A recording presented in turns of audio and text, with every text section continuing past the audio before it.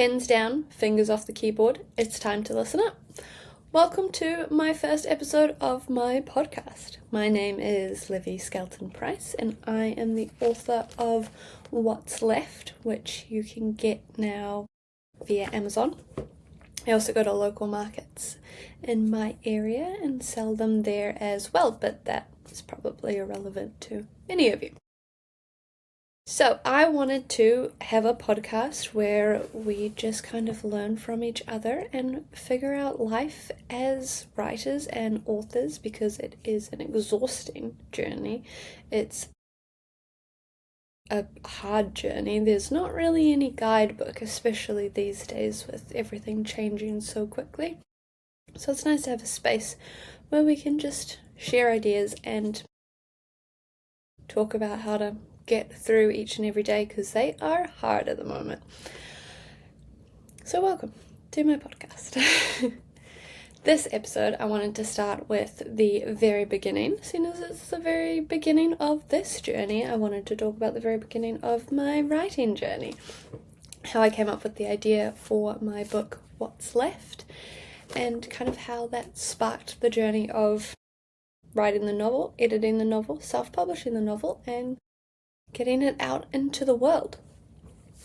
So when I first came up with the idea, I was in high school, and it was kind of a very, very small seed of the idea where we were learning about the classic tropes of 1980s teen films. We were learning about the goth, the princess, the rebel, the nerd, that kind of thing. And I was like, ooh, we could take this idea and kind of build upon it, make the characters a bit more real, a bit more different. From there, it took years. I tried using these stereotypical characters in different ways, different scenes. I made character profiles for each of them, and I tried to keep them in the stereotypical kind of file, you could say, and make them individual. But things weren't sitting with me very well. It wasn't really working. There was something missing. And what I ended up doing was flipping it on the head. So the princess became... what's the opposite of a princess? Became someone who was not princessy at all. The nerd became someone who very much wanted to be good at school, wanted to be nerdy, thought they were, but just didn't really have the skills to be academic. Same with the sporty one. They wanted to be there. They were so enthusiastic, but just didn't really have the skills. Same with the rebel. They wanted to be a rebel, but something about breaking rules just didn't work with them. And I kind of went with the contradictory characters that I was creating and built upon that. So I'd put characters in situations that I was like, okay, let's say it's set in Remuera in this really big 3-story mansion. And I was like, okay, typically in this kind of house, stereotypically in stories, you would find maybe a really old couple, a retired couple. They'd lived a good life, they were very, very wealthy, maybe they were selfish, maybe they were hoarding money, maybe they didn't really have any friends, maybe they were really competitive with people around them, business first, money first.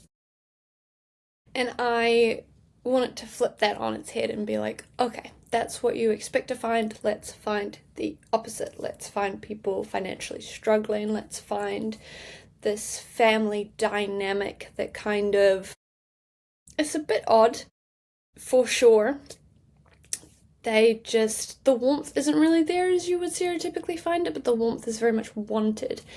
And I just kept trying to play on that. What do people expect? What is realistic? How can we flip that on its head and change it completely upside down? And I just kind of kept toying with that with each of my characters until they felt very real to me. And of course, all of those stereotypical characters are not still in the book, unfortunately. They did not all make it in.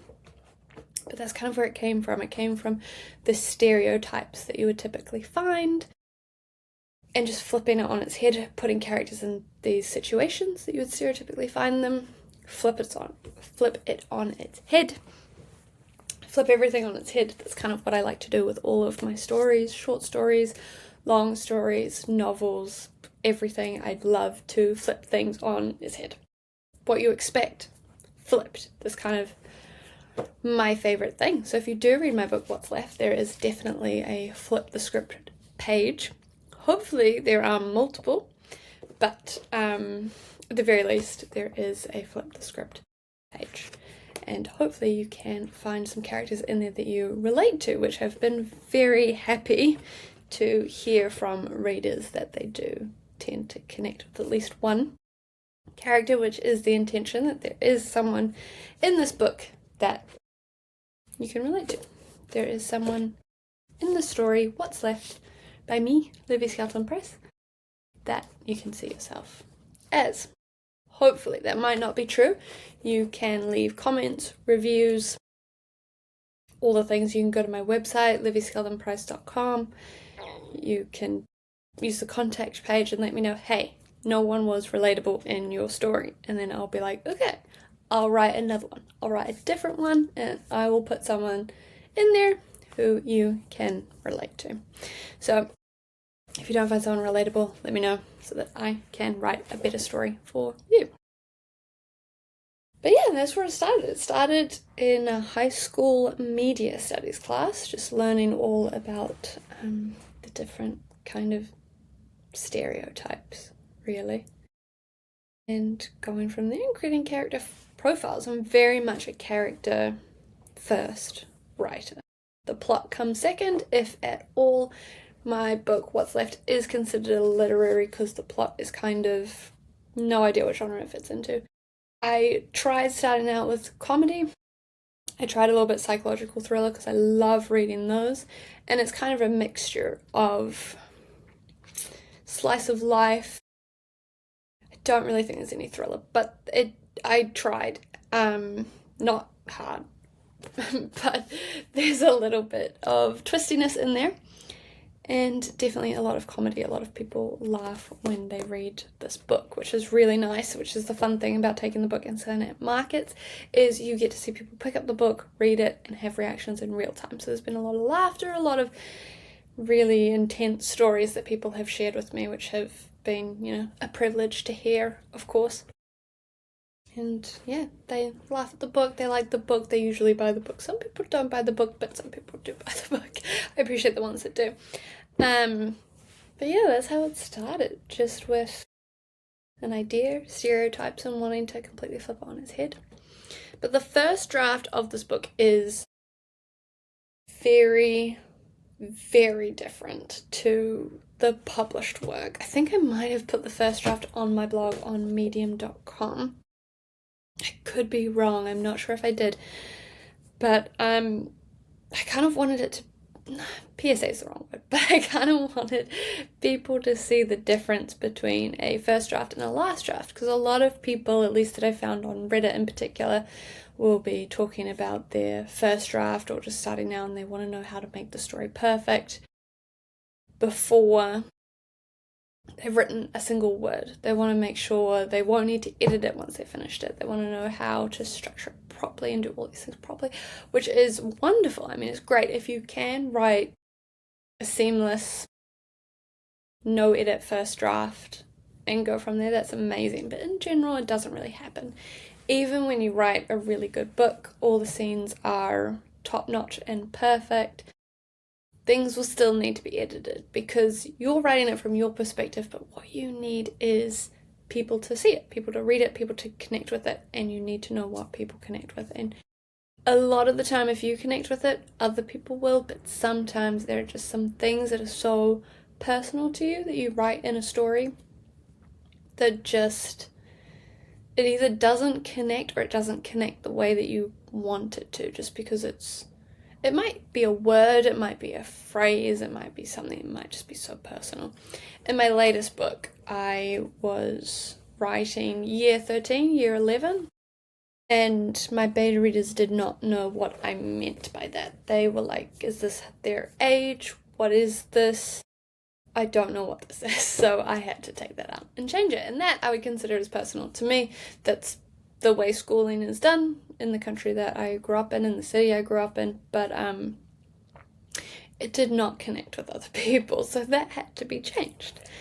But the rest of it was okay. Not to brag, but it was okay. That one will be published, but not just yet. Now,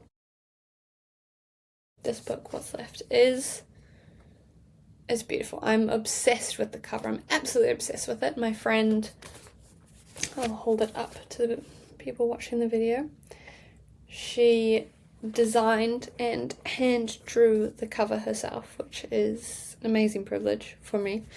It is absolutely incredible, and I am obsessed with it. I would love to turn this cover into a poster. That is something that I would be very happy if that came to fruition and I could hang it up on my wall and look at all the amazing details that she did, because the cover is extremely detailed. And she's got her own story in there of what she did and why she did it. And, you know, every time I look at it, I feel like I'm looking at something new and discovering different parts of the drawing that I hadn't seen before. So it is really amazing. So if nothing else, do enjoy the cover of the book. But buy it, don't buy it. We're here to talk about the origins of stories. Inspiration and where ideas come from is another thing that happens prior to writing any words, and it's a lot of questions that people ask about how you get ideas, where you get ideas from, how the magic happens, which is a question I think we'd all like to know, even the seasoned pros don't know, because no one's ever found an answer. But the closest answer I've ever come to is asking yourself, what if? So you come across any scenario, say you're walking down the street and you ask yourself, what if? If anyone has anxiety, they will be pros at this. You could say, what if someone was murdered? Bam, that's your story. Someone on the street gets murdered in front of you. Start writing that story. How would you react? How would that person react? What would happen? Would the cops come? Would the body have to be hidden? That kind of thing. Or you could be a little bit more calmer. So you're going into the supermarket and you go, okay, what if I was coming in to buy apples and all the apples were sold out, but it's apple season? That's so weird. Why would all the apples be gone during apple season? What if? What if you said hi to your friend and they didn't say hi back? That's a story. There are lots of stories. You can find stories in pretty much anything. All you have to say is, what if? There needs to be a question. Someone will be asking, why did my friend not say hi to me? Why are there no apples? Why is there a dead body in the street? Questions. You need a question. And that is where ideas really start. And the story of my novel, What's Left, came from asking, what if? What if we were in this beautiful big house in this beautiful suburb that people have worked so hard to own? And what if it was falling apart from the inside out? What if it was falling apart from the people inside? It was the people that were falling apart, and from there this house was falling apart, and therefore it kind of felt like the world was falling apart. That's kind of where I went. What if? What's going to happen? What's left, man? What's left in this world? In this world of only women. That was another thing. What if every single character was a woman? What if we didn't have a single man in the book? What if? So I wrote it to find out. I do quite like it. I will admit, when I take this out in public, the men are not too happy about it. Sorry guys, I did not write this book for the male population, although the men who do pick it up and give it a read, they generally do quite like it and connect quite quickly with the main character. Because a fun fact is that I actually wrote the main character as a man. Most drafts, the main character was male, and I wrote it as a male. And I was quite surprised that when I decided to turn the main character Geordie into a female, I was starting to think, okay, this dynamic between Geordie and Barbara will be different, between Geordie and Faith will be different. And then I thought, wait, why do I think that? Why is my head going to these stereotypical female characters when the way that I've already written Geordie as a man, so many women that I know in real life are this way? So why was I trying to change it so much? So I didn't. I kept everything exactly as I would have if Geordie was kept a man, and just changed the he's to she's, and that's all I did. And so that's why I think a lot of men do connect with Geordie, even though when they read the back and they see that it is a world where only women exist, they start to back away. However, if they do start reading it, generally it is the men that connect quicker to Geordie and the story than the women necessarily do. The women generally read the back and they're like, I'm sold. Woman only world. But yeah, ask yourself what if to come up with different story ideas. What if the world was great? What if the world was terrible? What if the world was so tiny? What if the world was massive? What if it was the whole universe that we could travel around? You can ask yourself any questions. You could be, if you're in school, you could look at the teacher's talking to you. What if they stopped speaking the language you understand and suddenly you can't understand anything that they say? What would happen? What if you're at work and your boss suddenly quit that same day and they just went, I'm out, I quit? What would happen? What if you're driving and you're stuck in traffic and then suddenly all the cars disappear? What if? Just keep asking yourself, what if? Be careful if you have anxiety. I don't want to trigger anyone with this advice, but do enjoy the game of what if to come up with different story ideas and see what kind of sparks your interest, what keeps on going in your head, not a ruminating thought like, what if everything bad happens, but like, what if all the cars on the road disappear and then this happens and then this happens and then this happens, and you have all these scenes and all these story ideas just filling up your brain, and it's so fun, and you kind of go into this imaginary world of anything's possible, anything can happen. There's such strong emotional connections to the story and the characters. That's important. That's something that you really want, is that strong emotional connection. Because if you don't have a strong emotional connection to your story or your characters, why would your readers have that strong emotional connection? You want to make sure that you have it. You're there, you understand what your characters are doing, why they're there, why they're trying to get to from point A to point B, why they're trying to reach their goals, what it is they want, their obstacles, why things are so hard for them. You need to understand all of that so that you can portray it and create that emotional bounty for your readers. One thing that I was very excited about from readers of What's Left is I kind of added in a few secrets, I want to say, into each character. And a few readers have picked it up, which is very exciting. Some people will be like, oh, you wrote Barbara like this. And I'll be like, I did. Or they'll write, you wrote Geordie like this way. Or like, oh, this is similar to this. This is so funny. And I'm like, oh my God, I'm glad you picked it up. So there are a few secrets with the characters. If you notice them or you think, this is kind of familiar, I wrote a few. If you read it and you're like, no, Geordie's just a person, Barbara's just a person, Faith's just a person, everyone's just a person, it's okay, don't worry, you'll still enjoy the story. The secrets are just a little bit of fun. And if you don't find them, that's okay.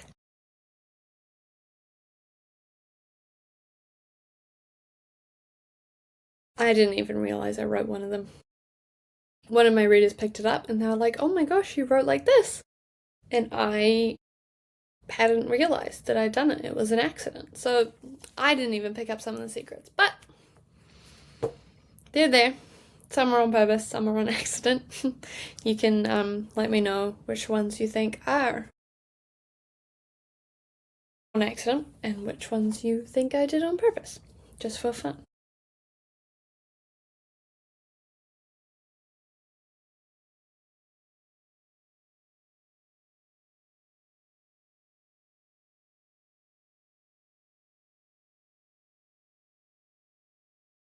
So when you're starting out, to get an idea, ask yourself, what if? And keep going with those story scenes. Take anything, take something stereotypical and try to flip it on its head and just keep going, keep thinking, keep trying. Writing one word on a page. I remember starting out writing scripts, short stories, and I had these characters in my head and I just kept trying. Wrote books, movies. Took me years until I figured out how to actually write this book, what's left. But if you keep going, you keep trying, you can absolutely get there. This has been really fun. Now, if you have any tips on starting out, what your journey is like, what's been difficult, what's been easy, anything that you've been like, I just got it when I heard this, or when I saw this, or when I read this, pop it down in the comments. We want to hear, we want to share. I want to know these tips too.